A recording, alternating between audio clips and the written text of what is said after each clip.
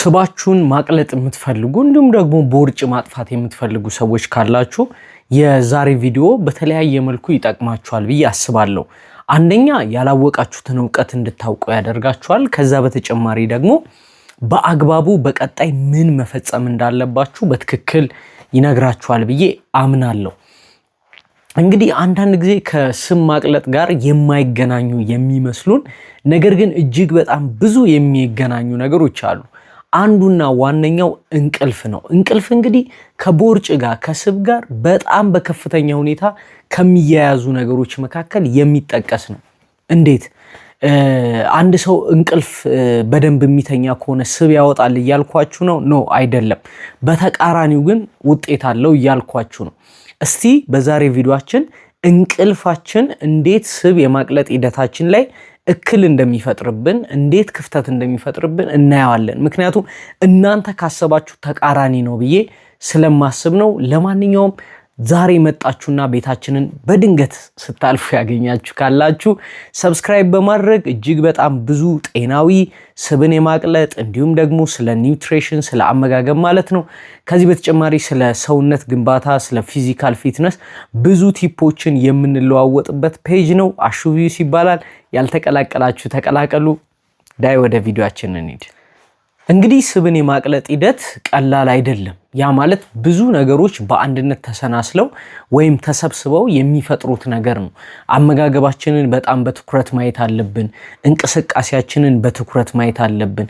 ኢቭን ኤክሰርሳይዝ ሰርታችሁ ከኤክሰርሳይዝ በኋላ የሚኖራችሁ እንቅስቃሴ በጣም ደካማ ከሆነ አሁንም የስብ የማቅለጥ ሂደታችሁ ላይ ከፍተኛ ጫና ሊያመጣ ይችላል። ነገር ግን ይኸውላችሁ በአግባቡ ኤክሰርሳይዝ እየሰራችሁ በአግባቡ እየተመገባችሁ የተለያዩ ተግባራትን እያደረጋችሁ ምግባችሁ ላይ ጥንቃቄ ወስዳችሁ ነገር ግን እንቅልፋችሁ ላይ ክፍተት ካለ አሁንም ስብ የማቅለጥ ሂደታችሁ ላይ ከፍተኛ ጫና እያሳደራችሁበት ነው።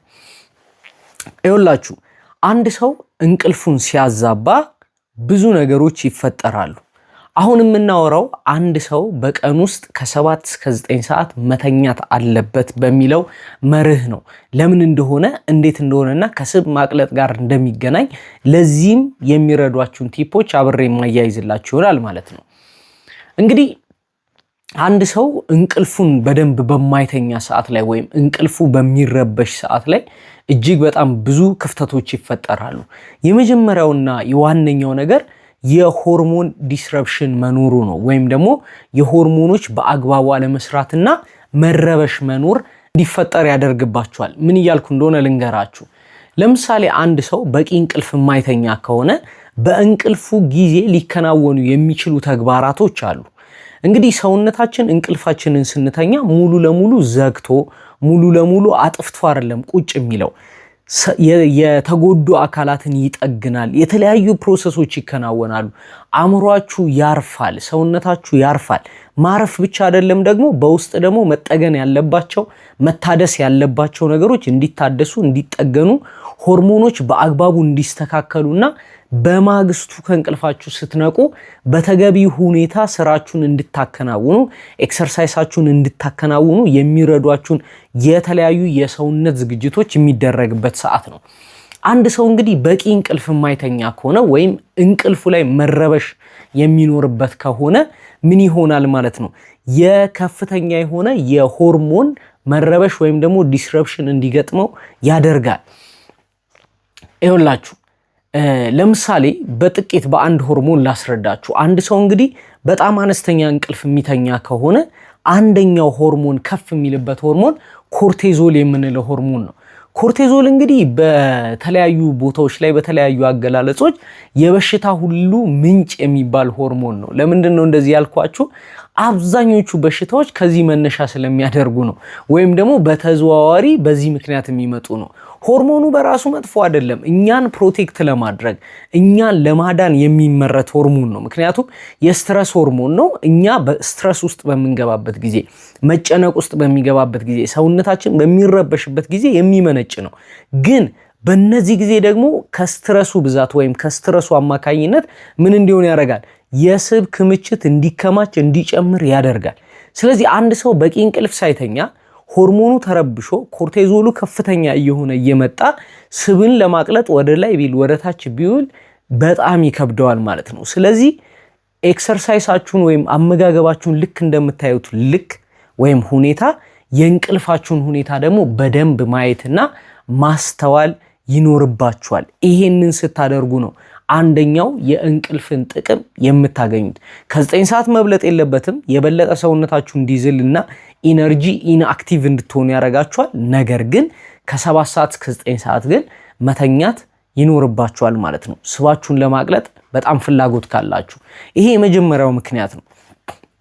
ሁለተኛው ፐርፎርማንሳችን ስለሚቀንስ ነው። ቅድም እንዳልኳችሁ ሰውነታችን ሪቢዩት የሚያደርግበት በአዲስ መንፈስ ታድሶ የሚነሳበት ነው።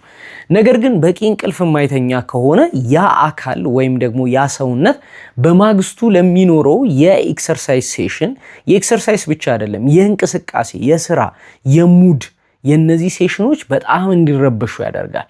ስለዚህ ጂም ውስጥ ገብተህ 100% መስራት የምትችልበትን ሁኔታ መፍጠር እየቻልክ በ50% እና በ40% እንድትሰራ ያደርጋል። ለምን? ሰውነት ሳያገግም ነው የተነሳው። ስለዚህ አለማገገሙ በራሱ በማግስቱ የሚኖረውን ፐርፎርማንስ በከፍተኛ ሁኔታ እንዲጎዳ በማድረጉ ምክንያት ሰውነታችን በቀላሉ ስብን እንዳያቀልጥ ያደርገዋል፣ ወይም ተገቢውን የሆነ ኤክሰርሳይዝ እንዳይሰራ ያደርገዋል። ሌላኛው እንግዲህ የመስል ሪከቨሪን በመጉዳት ነው። ይኸውላችሁ ሰዎች ስብ ማቅለጥ ይፈልጋሉ፣ ግን ክብደት መቀነስ ይፈልጋሉ ማለት አይደለም። ስብ ማቅለጥ ይፈልጋሉ፣ ነገር ግን በጣም ቀጫጫ ሆኖ ይቅሩ ማለት አይደለም። ስለዚህ ሁለቱን ያመቻቸ መሆን መቻል አለበት አይደለ? ስለዚህ ያ ምንድነው እዚህ ጋር የማያስፈልገውን ሰውነት ወይም ስባችንን እየቀነስንና እያጠፋን የሚፈለገውን የሰውነት አካላችንን ደግሞ በደንብ ዴቨሎፕ እንዲያደርግ ስፔሻሊ መስላችን፣ ጡንቻችን እንዲገነባ ማድረግ ደግሞ የተሻለ ነው። አንድ ሰው እንግዲህ ጡንቻውን ሲገነባ ጡንቻውን እያዳበረ ሲመጣ ኖት ኦንሊ ይሄ ሉኩ ወይም የገጽታው መለወጥ ወይም ማማር ብቻ አይደለም ኢፌክት ያለው ወይም ውጤት ያለው፣ ነገር ግን በቀን ውስጥ የሚጠቀመውን ሰውነቱ የሚፈልገውን የኢነርጂ መጠን ከፍ እንዲል ያደርገዋል። ይሄ የኢነርጂ መጠኑ ከፍ ማለቱ ደግሞ ምን ያመጣል ማለት ነው? ሰውየው ብዙ ካሎሪ ያለ ኤክሰርሳይዝ እንኳን ሰውነቱ በመጠቀሙ ምክንያት ብዙ ካሎሪዎችን እንዲያቃጥል ያደርገዋል። ስለዚህ አንደኛ ሰውነቱን ያስተካክለዋል፣ ሁለተኛ ኤክሰርሳይዙንም ሲሰራ ይሄን ያደርገዋል፣ ሶስተኛ ደግሞ የሚመገበውን ምግብ እንዳለ ወደ ጉልበትነትና ወደ ጡንቻ በመውሰድ ምን ያደርጋል ማለት ነው? የስብ ክምችት እንዲቀንስና እንዳይፈጠር ያደርጋል ማለት ነው። ሌላኛውና ዋነኛው ሆርሞኖችን ሲያዛባ አፒታይትን በጣም ይቀያየርባቸዋል። ይኸውላችሁ ሁለት ሆርሞኖች አሉ ምግብ ይሄ አፒታይታችንን የሚቆጣጠሩ ሌፕቲን እና ግሬሊን የምንላቸው። ሌፕቲን እንግዲህ የጥጋብ ሆርሞን ነው። ግሬሊን ደግሞ ሲርባችሁ ወይም ምግብ አምጡ የሚላችሁ ሆርሞን ነው።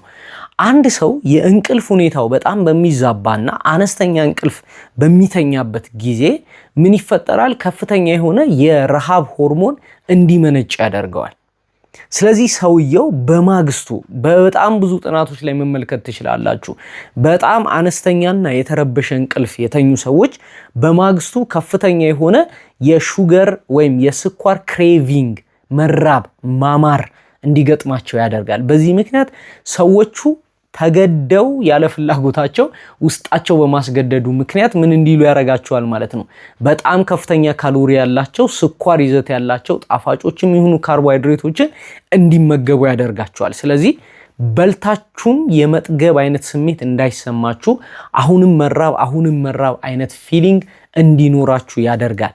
ስለዚህ እነዚህ ነገሮች በማድረግ እንቅልፋችን የስብ ማቅለጥ ሂደት ላይ በጣም ከፍተኛ ጫናን ያሳድራል። ስለዚህ የስብ ማቅለጥ ሂደት ዝም ብለን ጂም ሄዶ መስራት ብቻ መመገብ ብቻ ወይም መራብ ብቻ አይደለም ማለት ነው። አንዳንዴ በጣም ጥቃቅን የሚመስሉ ነገር ግን ትልልቅ የሆነ ውጤት ሊያመጡ የሚችሉ እንደዚህ አይነት ፋክተሮችን ወይም እንደዚህ አይነት ምክንያቶችን በደንብ አይቶ መረዳትና መዘጋጀት ደግሞ እጅግ በጣም ያስፈልጋል ማለት ነው። ቀጣይም ደግሞ ሌላ ስብን ለማቅለጥ የሚረዱ የተለያዩ ቲፖችን እለቅላችኋለሁ። እናንተ ግን ከቤታችን አትጥፉ ነው የምላችሁ። ሰብስክራይብ ያላረጋችሁ አድርጉ፣ ላይክ ያላረጋችሁ አድርጉ። ኮሜንት ሰጣችሁ ብታልፉ ደግሞ እኔን ያበረታታኛል። ስላዳመጣችሁኝ ስለተከታተላችሁኝ ከልብ አድርጌ አመሰግናችኋለሁ። ሰላም